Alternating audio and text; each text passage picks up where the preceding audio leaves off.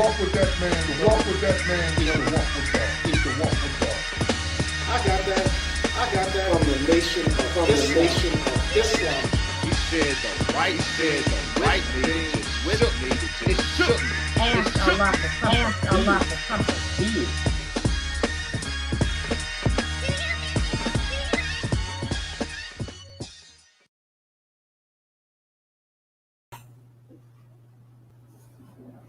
Peace, everybody. Thank you for logging in, and we thank you all for joining in for this show that we're about to get started. As normal, before we actually get into the actual show, what I want to do is to begin to get rid of this. Is to begin to go over our announcements that we normally go over. So let me actually do that. As normal, as we usually do.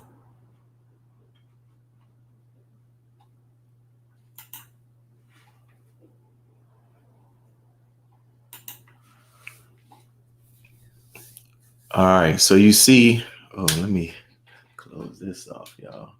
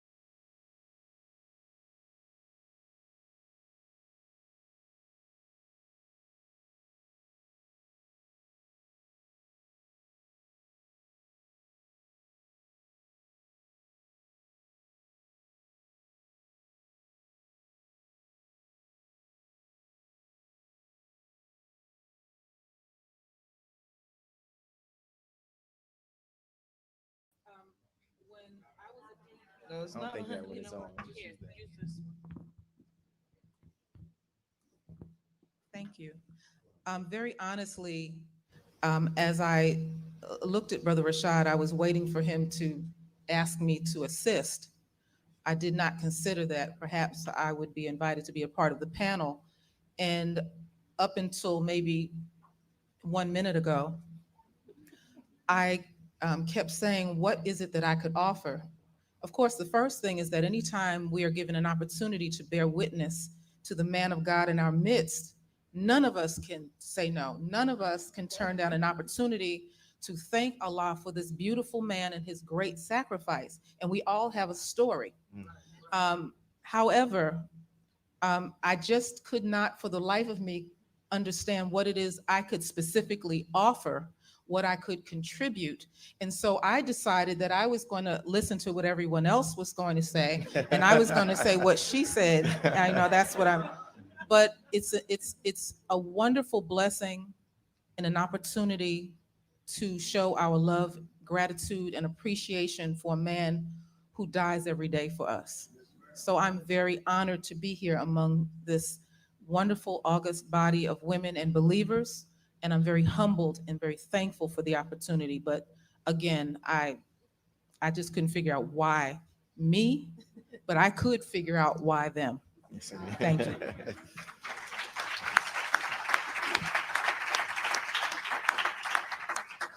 Assalamu alaikum. Salam. In the name of Allah, the Beneficent, the Merciful, I bear witness that there is no God but Allah and that Muhammad is his messenger. I greet you again with the greeting words of peace and paradise. Assalamu alaikum. Alaikum salam. Like Sister Aisha. Brother Rashad and I go back a long way. Like we were kids growing up, I would say. And when he mentioned to me that he wanted me to be a part of this, I thought I had been punked. You know, like, oh, you got me, you know. But as a daughter, as a nurse, I've sacrificed, but it stays in a room, it stays in the operating room, it stays behind closed doors. And I was like, oh my God, what am I gonna say? I don't have anything to say. I just want to do my job and be left alone, I think. But if I can add anything, I will. But I might ask for Donna to come up here. She's the minister. Thank you.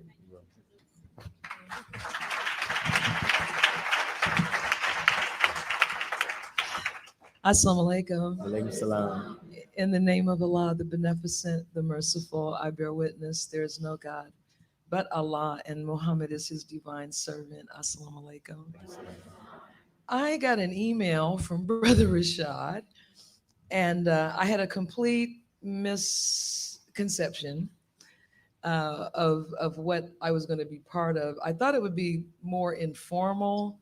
This, looking at you, so beautiful and formal and in this room, and to be in the presence of Mother Khadijah, this is awesome. I feel like I'm at a wedding. But when I saw the flyer and it said they denied themselves, I quickly went through the list of what I denied myself, and everything I denied myself would have ultimately killed me. And so I would not be sitting here anyway. You know, Brother Darius and I talk about the movie Scarface, and you know, he sold cocaine. Not that's not what I was gonna do. Right. This is let me clarify. This is illustrative that the things of this world that people do that look so incredible, which all this world has is materiality. It has nothing else. And so you get engaged in things. And so we watched him, how he sold all these drugs and bought homes and cars and tigers and killed the husband of the woman he lusted after and married her. And within a couple of years, it was all over. and he went out in the worst type of way. And that's what I see this world going through right now. It is in the throes of death. And as I thought back through my life, I thank the Lord for my mother and father, because they're the ones that made the sacrifice for my sisters and I. And I thank Allah that they reared me with a love of truth and a pride and consciousness in being Black, so that when the time came that I would be tried, and in my case, it was a cancer diagnosis. There are many different ways that the light comes to us, but I am so thankful to Allah that when I first heard Minister Farrakhan, I was in the throes of cancer, so that I would not have to struggle with a dilemma, because I was in the throes of death and he was sunlight, sunshine, and life. And so, no, I just have had nothing but blessings, everything from meeting my husband in the Nation of Islam, the beautiful brothers and sisters. And yes, we have our ups and downs as a believing community, but I wouldn't want to be anywhere else in the world. I can't imagine being happier than being with you.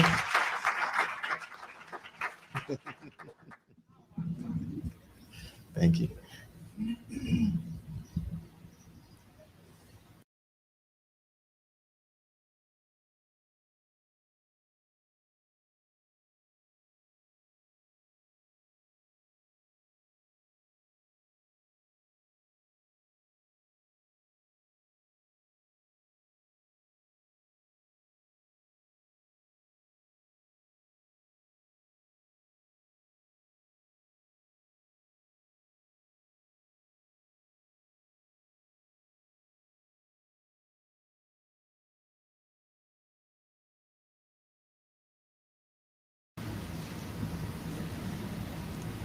Assalamu alaikum. Walaikum salam. In the name of Allah, the Beneficent, the Merciful, I bear witness that there is no God but Allah, and that Muhammad is his messenger.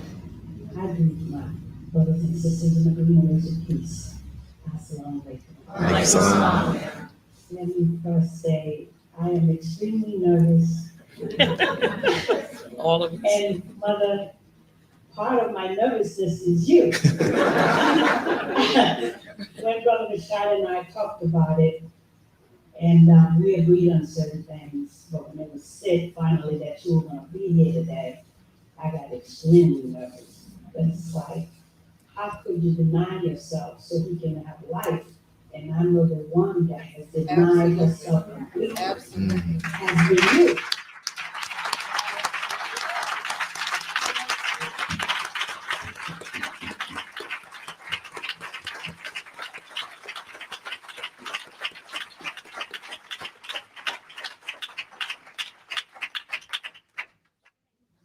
Attempt to say a few things. When Brother Rashad brought the idea to mind, I had no.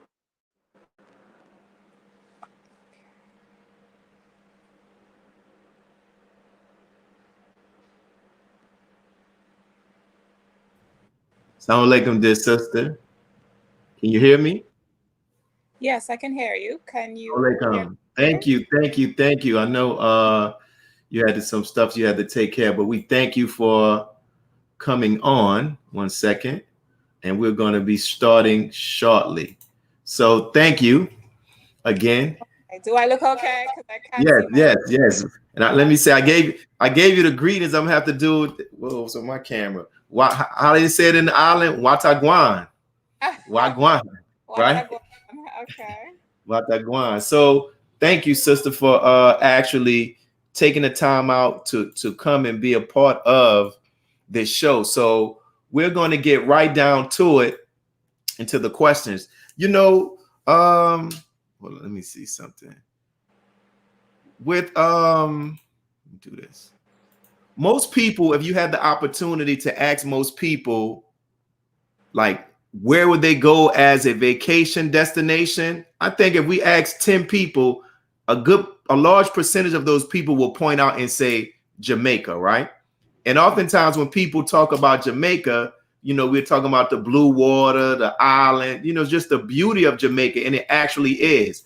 But you are a native of Jamaica, Kingston, Jamaica, and you've been raised there. So can you tell us about how it is just to be born and raised in Jamaica, the good and the bad?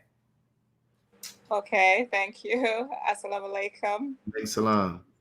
Okay. In the name of Allah, the Beneficent, the Merciful, we give thanks and praise that we are able to, meet and greet. And we give thanks for the coming of Master Farad Muhammad and the fact that he raised up Elijah Muhammad, and Elijah Muhammad, the messenger, prepared one in the form of Minister Louis Farrakhan, who is still with us, thank Allah. And we give thanks for the work that the Honorable Minister Farrakhan has been doing, especially for our people here in the West, Black people, the original people, because we have been reduced to a state even lower than the animals, and we are now in the process of being born again. And so thank you, brother, for allowing me to be on your program today. When I traveled throughout the United States, the last time I was there in 2014, and whenever I met believers or I met brothers and sisters in the United States, they always remarked that Jamaica, the beach, they thought I was having a wonderful time every day going to the beach here in Jamaica. But where I live in Kingston, I am far away from the beach. There are no beaches immediately here for me to go to in Kingston. I don't have to travel a while to get to the beach, and it's not so clean, the beach that is available to me here in Kingston. We would have to travel, say, an hour away to Ocho Rios or 3 hours to Montego Bay, where the tourists come and enjoy themselves. But unfortunately, our condition here as Black people is pretty much the same, if not worse, as it is for our people in the United States and in Africa and elsewhere, wherever you find our people. And whenever you come and enjoy the beautiful beaches and the hotels and the great food that we have to offer, our people are paid $50 a week. That is the minimum wage here in Jamaica that our leaders and the business people have concocted to pay us. And so it's not a party for us as a people, 3 million people living on the island, 90% Black people, original people. It's not a party.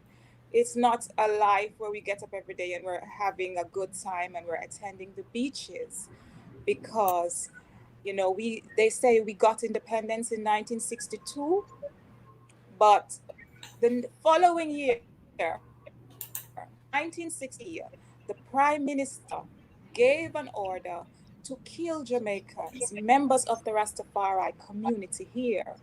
And our present Prime Minister, Andrew Holness, when he was elected into office in 2016, he actually apologized for the massacre of those Jamaicans and set up a fund so that they could benefit from that.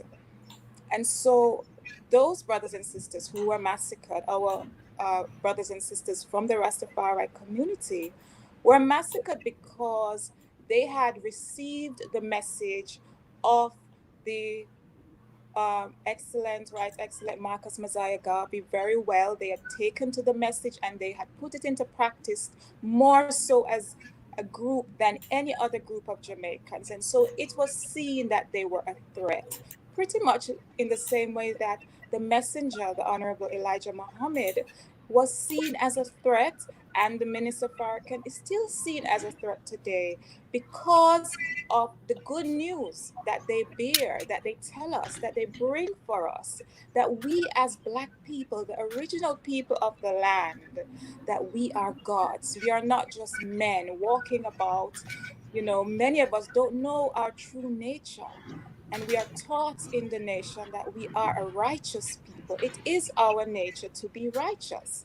It is the nature of the woman to cover herself and to keep herself, guarded.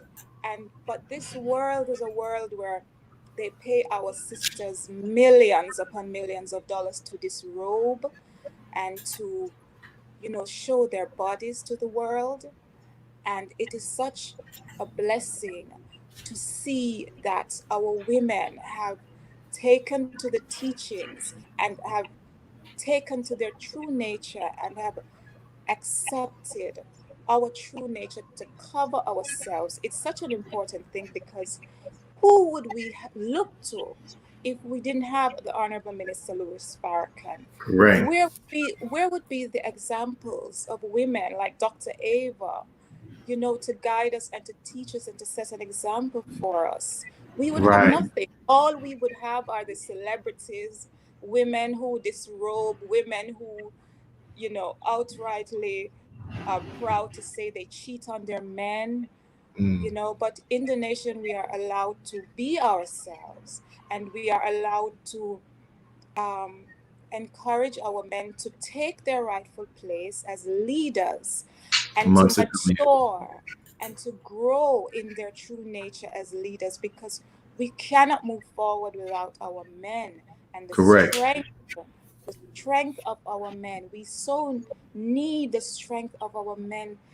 Sometimes when I am on the road and Right. I may ask a brother for help and that kind Right. of thing, And let we me need and let me ask. to I can see Mhm. that you're full. You got a lot to say, so we got a lot of questions for you as well. So I got you. Now it was interesting. You mentioned Marcus Garvey. In preparing for this interview, I came across an article where it mentioned that you.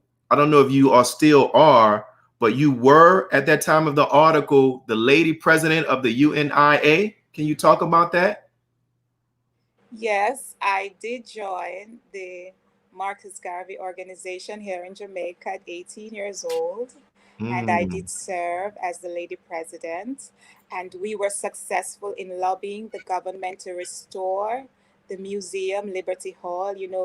Mr. Garvey set up Liberty Halls wherever he had his meetings.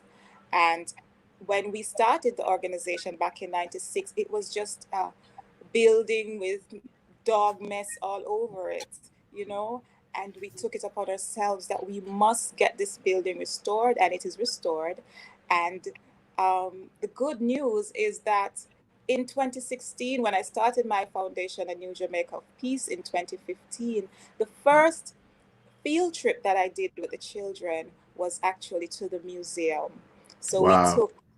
we took 40 children to the museum, and it was kind of a, going in circle, and the fact that I had worked. And we also published a newspaper called the Umoja, which means unity in Swahili. And one of the things we did successfully with this paper is that a member of the Rastafarian community, a brother who started to grow his locks, he was working for 15 years at the Building Society here. And they fired him, the brother, because he started to grow his locks. And, we put it on the front page of the newspaper. I was the editor and did many other things. I had to type up every single word in the paper and that kind of thing. And we put it on the front page of the paper and we demonstrated, and the brother got back his job. So that idea that our people cannot grow their hair, and if you go on the beaches and your skin color is a bit too dark, the security guard might come and ask you to leave. Things like that are still happening to our people here. So we have to keep moving forward and, keep serving our people. Thank you. And that's interesting. So it really shows you've always been in the field of organizing and doing community work. And I watched an interview you did with Brother Sherman, and you talked about you gave your story about how you came into Islam. So can you share with the audience the first time you heard the teachings of the Most Honorable Elijah Muhammad, and then from there, what made you decide to become a member of the Nation of Islam? Okay, well, the first time was about 97, I think, when the minister, I remember I had given birth to my first daughter in 96, and I had her at the National Arena with me. So it would have been about 97 that I first heard the minister. And of course, whenever you hear the minister, he touches you at such a deep level, and something inside of you is woken up, and it might take you a while to get around to kind of investigating what he's actually saying. And eventually, in 2009, I went to a meeting and I saw the local representative. And as I decided I have to complete that idea that the minister had sown in me in 97. I had to follow through on it when I saw the student minister here in 2009. And in August 2009, it was a Marcus Garvey meeting around August 19. His birthday is August 17. And the meeting was a couple of days after his birthday. And, the student minister was there and he spoke. And I said, wow, I have to join the nation. It's just something that I felt would complete who I was as somebody always doing something for my people. Praise be to Allah. And you mentioned also how you've had the opportunity to travel to, I know you said Mosque #1 in Detroit. You mentioned New York. You haven't been to the city of New Orleans yet, but maybe after this COVID, you probably can. So what was that experience like coming from Kingston, Jamaica? You all have a study group to go and actually experience the place where it all began in Detroit and the significance mosque in New York. You say you were there for 3 months. So how was that experience? Well, it was life-changing. It was really now what took me to another level in terms of service to my people. Because here it was, I joined the nation. And, when you join the Black conscious community, you hear about slavery and people being taken from Africa. But when I came into the nation and I heard that I was the original people and I was living all over the earth and the earth was mine and I had created the earth, wow, it shakes you up. It makes you go, wow, I'm just sitting here in Jamaica, little old me, and I created the earth. And I'm like, wow. So, being in the nation year after year, and we would watch the minister at Savior's Day. And, every time you say, wow, I want to go to Savior's Day. Next year I'll try and go. Next year I'll try and go. And, well, it finally happened in 2014. I was blessed and to make it. And as God would have it, my father, who left Jamaica when I was a baby, he moved to the United States and he lived in Detroit, in Ypsilanti. And so everything just worked out perfectly that my sister was living there in Ypsilanti, and my brother, who was born in the United States, my father had children when he lived there. My brother was going in Detroit the Saturday before Savior's Day. And I said, well, I'm going with you. I don't know. I don't have a hotel. I have nothing, but I'm taking my white uniform. And I got dressed in my blue uniform, my MGT uniform, and I went to Savior's Day. And the first thing I attended was the conference, the women's conference. And we were gifted with a little pink bag with gloves and all of that. And it was just so wonderful to be among my sisters who, for years, I would see them just on the screen, watching them. But now I was a part of it. And then I managed to get myself over to Chicago for part 2. And the student minister called me and he said to me, Sister Clarion, you can really travel the world like Master Farad Muhammad. And I said, really? And he said to me, you are the first believer from Jamaica to make it to Mosque Mariam. So Wow. it was life-changing for me, brother. It was never the same after that. I decided I had to come back and do something. I had to dedicate my entire life to service to our people. Wow. So I came back and I started to serving my primary school, Jesse Paul Primary.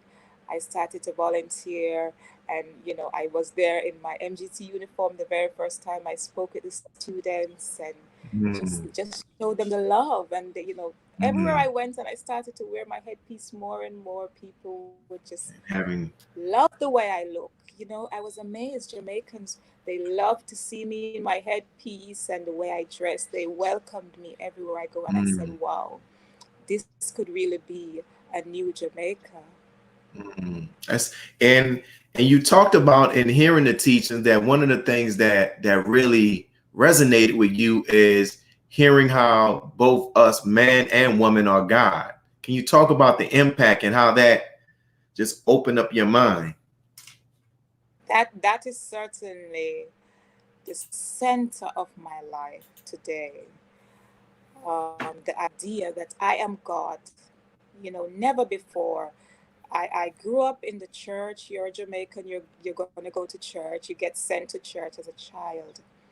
But never before had I heard this teaching, this message that I was God, that I was the one creating my reality. I was totally in charge.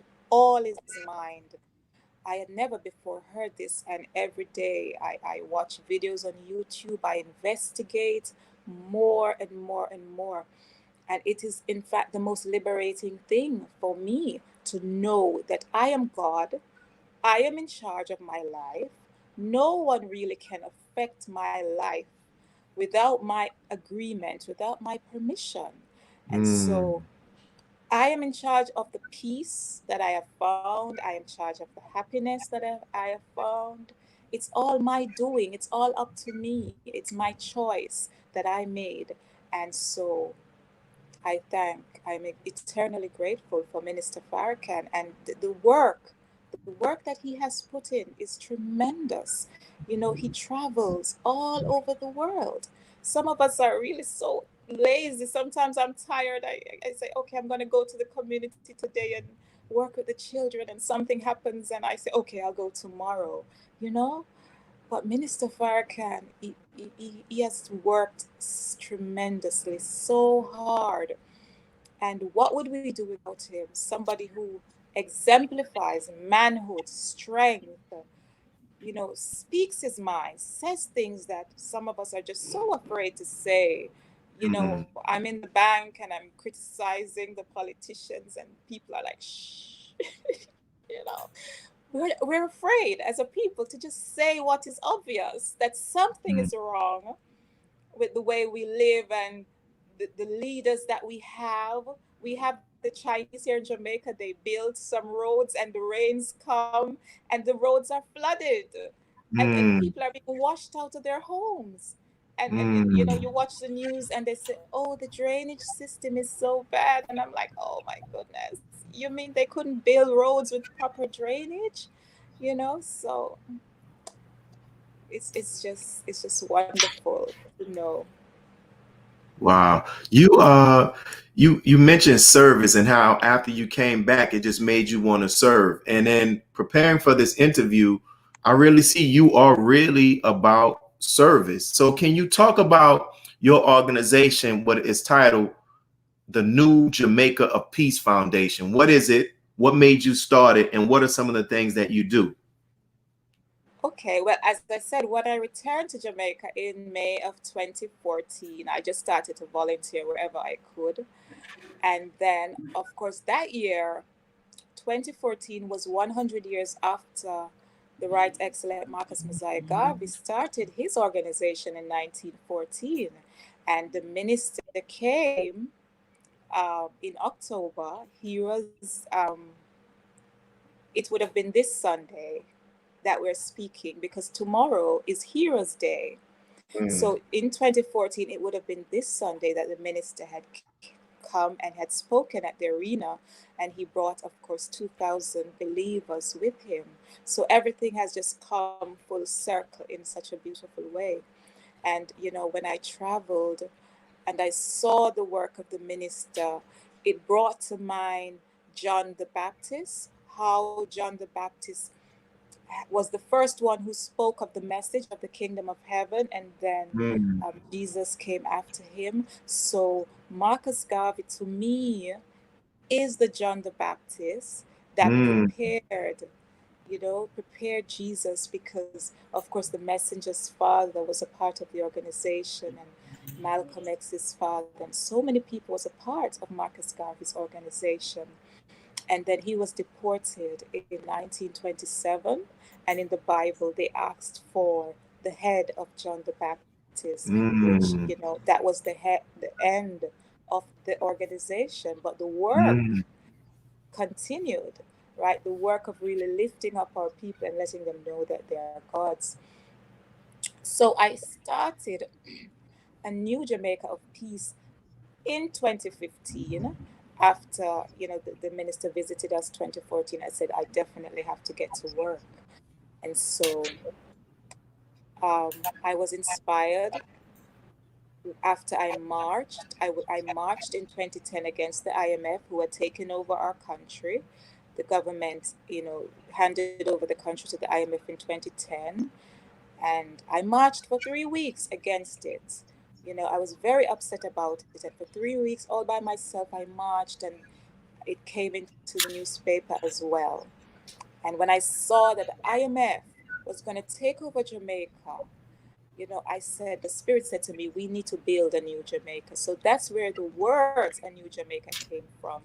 But it was after really just visiting the believers in 2014 that I got the strength and the determination to really bring it now into reality. And so I started feeding people on the street with what money I had personally. And then I got donations, and I eventually went into Trenchtown, Arnett Gardens, where I was born and raised, and I did a couple of fun days for them. And I was on the Farger prayer line, and Brother Rasul found out about the work I was doing in the community, and he asked me to be the student minister of love. And that was a ministry that was new at the time in 2016. And the Ministry of Love had just started, and he asked me to represent Jamaica. And so I've been working in the community when I did the fun days, and then I realized the children needed more work, they needed more help. So I started to volunteer at the primary school in the community. When I started to work with them, I realized they were behind in their reading and their maths, and it was because they needed music. Because music is something that stills the spirit, it helps with mathematics and other cognitive function. And so the children were very hyperactive and they were finding it very difficult to focus. So I eventually raised funds and we got keyboards and guitars, and we started out with students from Germany, Musicians Without Borders. They lived in the community and they were teaching students at primary schools in the community at the time. Unfortunately, because of the violence in the community, they had to eventually leave in 2017. So that is a part of the challenge that we face helping our people, is that mm, there's so much violence, so many things happening that prevents them from going to school on a regular basis mm. as they should. And so And I that's continue working. Hmm. That's interesting because in one of the articles that I read, you talked about how, like, it's called Arnett Gardens, like they had to put a security person at the front of the little entrance because of the violence. But you talked about how, despite that and despite the challenges, you still decided to go there to begin your work. And so, how has your training and your education as an MGT, just how has that aided you with the work that you're doing in Arnett Gardens? Well, I can tell you from the start of the foundation, because how I raise funds is I would just literally go to business places here in Jamaica and ask for contributions, and I would go online and ask the believers and other Jamaicans who knew about the work that I was doing. And my headpiece, is my protection, the way that I dress and carry myself. My daughter once was with me when I was about to collect a donation, and the owner East told me to go into the offices of his business place. And my daughter said to me, Mom, the way you dress is literally opens doors for you. And I said, yes, because the way we dress and carry ourselves as MGT allows people to recognize that we are serious about business and we're serious about what we're doing. And so people don't play around with us too much. We get to the point and we do what we're doing, and we're in and we're out. And so I feel safe because of the way I'm dressed. You know, we raised some laptops and we started computer classes last year. And we literally, my daughter and I will have to travel into the community with 3 laptops, and we sit with the children and we work with them until 6:30. And, you know, sometimes the lady who closes up the school, she would come and say, time to go, I'm going to close the classroom. And that's Wow. when we leave. And then, you know, we just have to walk with the laptops and we go to the bus stop. I don't drive, but I feel protected and I feel safe. And I know that whatever I'm doing, you know, because I'm doing the work of God.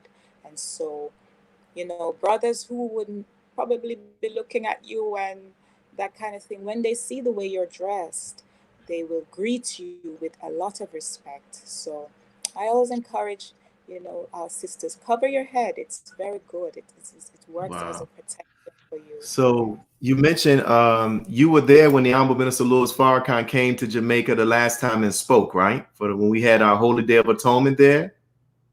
Yes, Were with the you? 2,000 believers. Yeah. So how was that Yes. experience to sit in the audience and hear the Honorable Minister Louis Farrakhan, and what was the impact that he had on the others who were there, and just his presence in Jamaica during that time? Well, I can tell you, it was tremendous.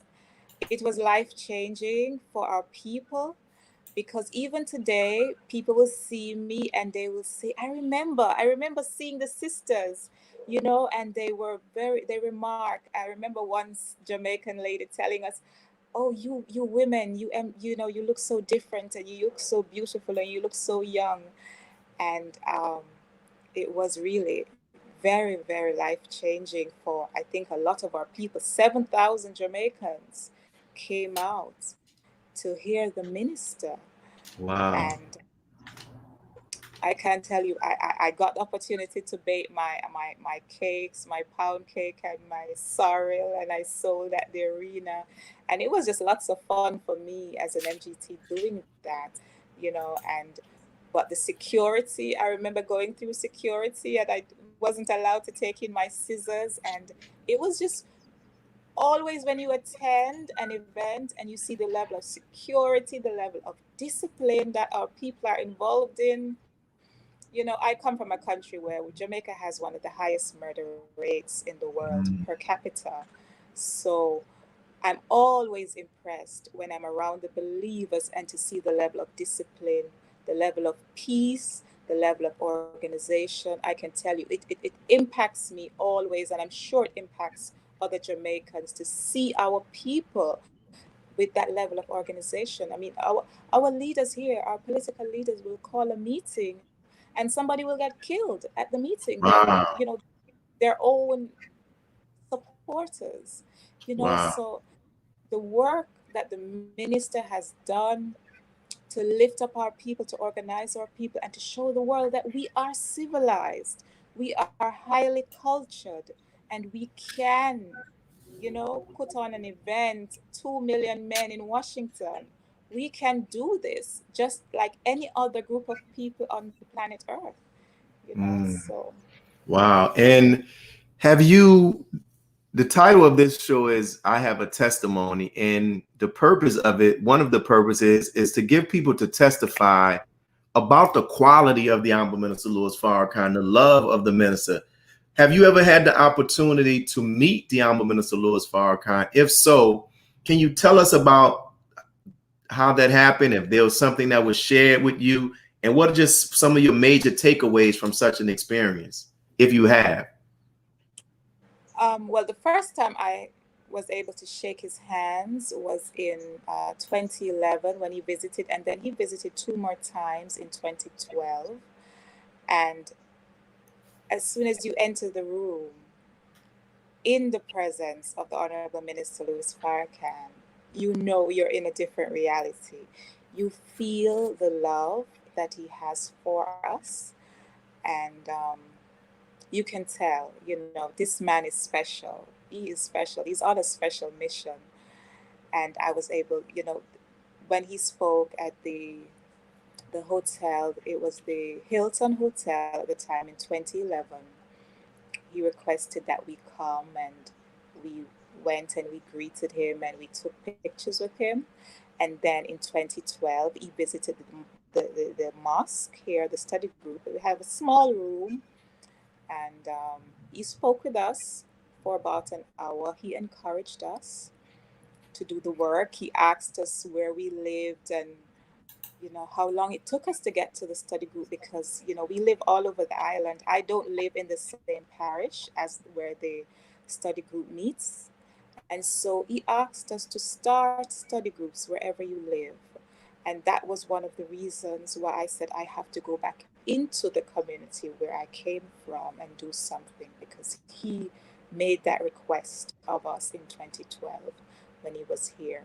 And so other believers, everybody tries to do something, because, he always asks us to do something for our people. It's not for him.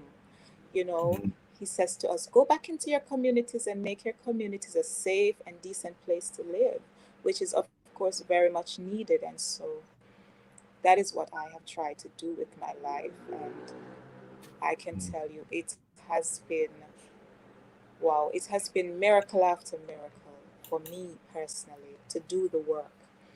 And I would never want to do anything else with my life. This is something I'll be doing until the day I die. Wow. If you had the opportunity, and I talked about testifying, if you had the opportunity to stand before the world and they asked you to testify about 3 qualities about the Honorable Minister Louis Farrakhan that you love about him, that you've witnessed, what would be those 3 qualities, and why would you select those 3 qualities to testify to the world about him? Well, his strength as a man. I've never courted anyone in the nation, and I've never courted, and I'm a single woman still. And one of the reasons is that as a man, Minister Farrakhan is so impressive. His strength, his discipline, and I'm telling you, brothers, when a brother might say they want to court Sister Clarion, and then you're thinking of Minister Farrakhan, and you're measuring this brother and say, boy, is this brother, strong like Minister Farrakhan, disciplined like Minister Farrakhan? And boy, I'm telling you, it's going to be a tall order, because he is really just such an example of love. I couldn't see myself with a brother that was not willing to serve his people and to sacrifice for his people the way Minister Farrakhan has.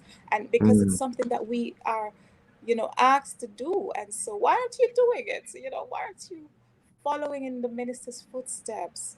And so definitely his strength, the fact that he has remained steadfast to his mission. And whenever he speaks, he is so humble. He always opens and says, I am a student of the Honorable Elijah Muhammad. And that always impresses me, the fact that no matter how big he gets, no matter how many leaders receive him, he always says, I am a student. He's never proud. And that is something that, I try to really remind myself every day, not to be too proud. And you're a student, you're still learning so much. There's so much for us to learn. So, and as a woman, of course, the fact that he stands up for women, the fact that he's always, begging our men to respect the woman, stand up for the woman, wherever you are, whenever you see the woman in need, protect her. I have 2 daughters, and so I am so, this idea of the woman being protected and the woman being cared for and the woman feeling safe around men, to know that I could travel in the nation and I could go wherever I wanted to go, and the brothers would take me, and they were so respectful of me. amazed. I was amazed at the level of respect, the level of discipline that the FOI showed me. And that is because of the example of the minister. And Mm. so I think, one day maybe I can say, okay, you can go ahead and marry that brother to my daughter. She's 24. Because, as a mother, no man is gonna be, good enough, because you're always, you have an example in the minister to look at and to say, boy, he's not like the minister. He's not strong like the minister, Mm. but we'll see. Praise be to Allah. What would you say is the Honorable Minister Louis Farrakhan's value to Kingston, Jamaica, and just to the whole entire Caribbean?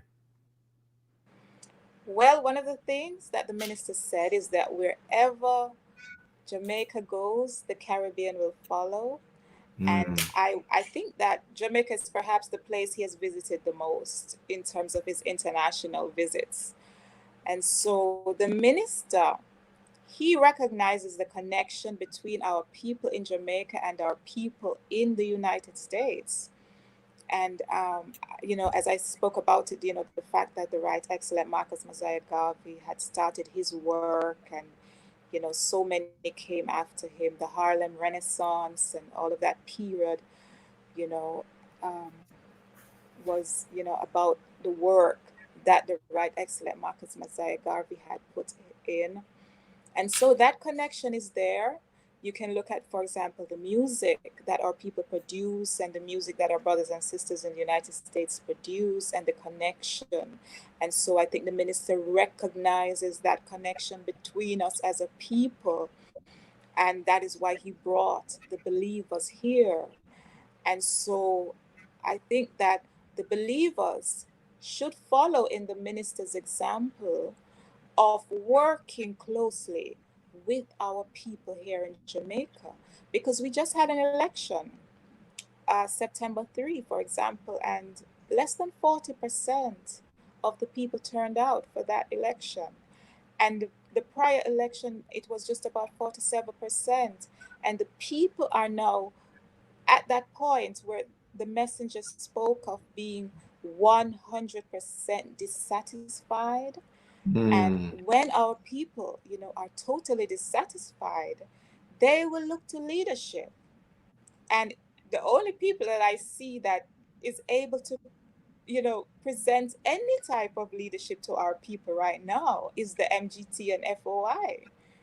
There's, what are you going to lead our people into if all you can tell women to do is to take off their clothes to make some money?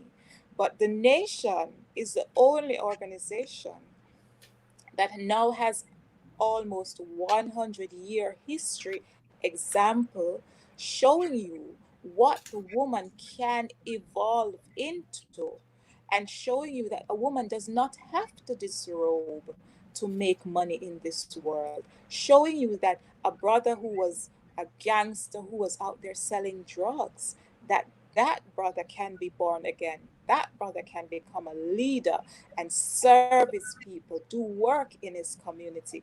There is no other example for our people to follow when they become totally dissatisfied with this system of things. So Mm. that is what we look forward to now, the new heaven and the new earth coming into existence more and more, because clearly this world is falling away. Wow.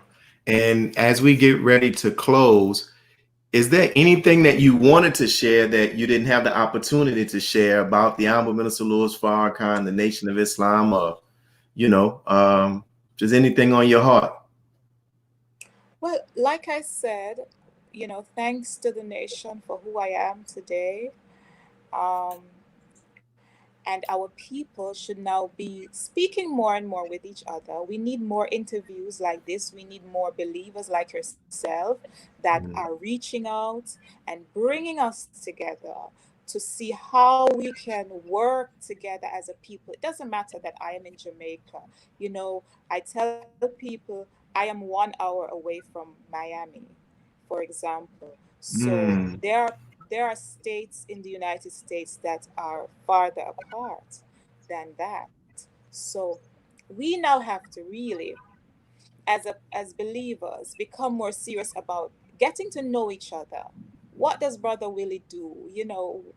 What does Sister Clarion do? What does Brother so and so do? Let us get to know each other. Let us reach out to each other. Let us work together. Let us support each other, whether it's just a charitable organization such as mine, or whether you have a business.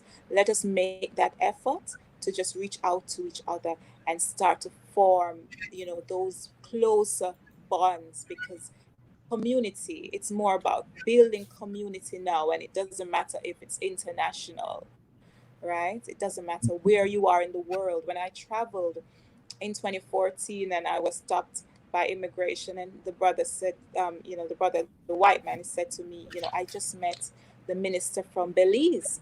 I didn't know we had a mosque in Belize, Wow. So yeah, there's so many places probably I don't know that, there are mosques existing. So I think we need to really reach out more to each other and communicate more and travel and see the work that each mosque is doing, whether it may be in Trinidad or Barbados. Just let's get to know each other and build, because there's so many things that we can be helping each other with that we don't know, So that's what I would say we need to do more of. And being a survivor from Hurricane Katrina, that made me realize the benefit of knowing different believers in different cities, because when we had to evacuate, we know that there was a religious community that believed like we believe, had a set of values like we had. So it made it, it made the whole stress of that moment a little bit more tolerable, because we knew that we can go somewhere and there were believers. So that is right. And I thank you, sister. I'm going to put back up on the screen for people who want to help our sister. This is the website that you can go to, and you can give a donation. Anything would help. And go and just Google. You see the work that our sister is doing, and she's providing educational services, computer skills with her and her daughter. They're doing a mighty work, because education is greatly needed, and it is important no matter where on the world you find yourself. So for those, I just want to do these closing announcements. Just want to do this. 1 second, my sister. I want to close also showing we have a new let me show this to you. We have a let me get it. I'm gonna cancel that. We have a new screen, not a screen, but one of the young MGT from the city of Houston made this video for us, and this is our outro. So I want to close with that. Make sure you all tune in on next Sunday. We'll have our brother Michael Yusuf Muhammad, and he's from the Caribbean as well. I can't think of I think it's St. Vincent. It's the two names, St. Vincent, something. I can't think of the name of it. What is it? St. Vincent and the Grenadines. St. Vincent and the Grenadines. He's going to be, inshallah, he will be on. So brothers and sisters, we thank you all, and I'll close out with this video. God came to us to seek and to save that which was lost. He raised a man from among us.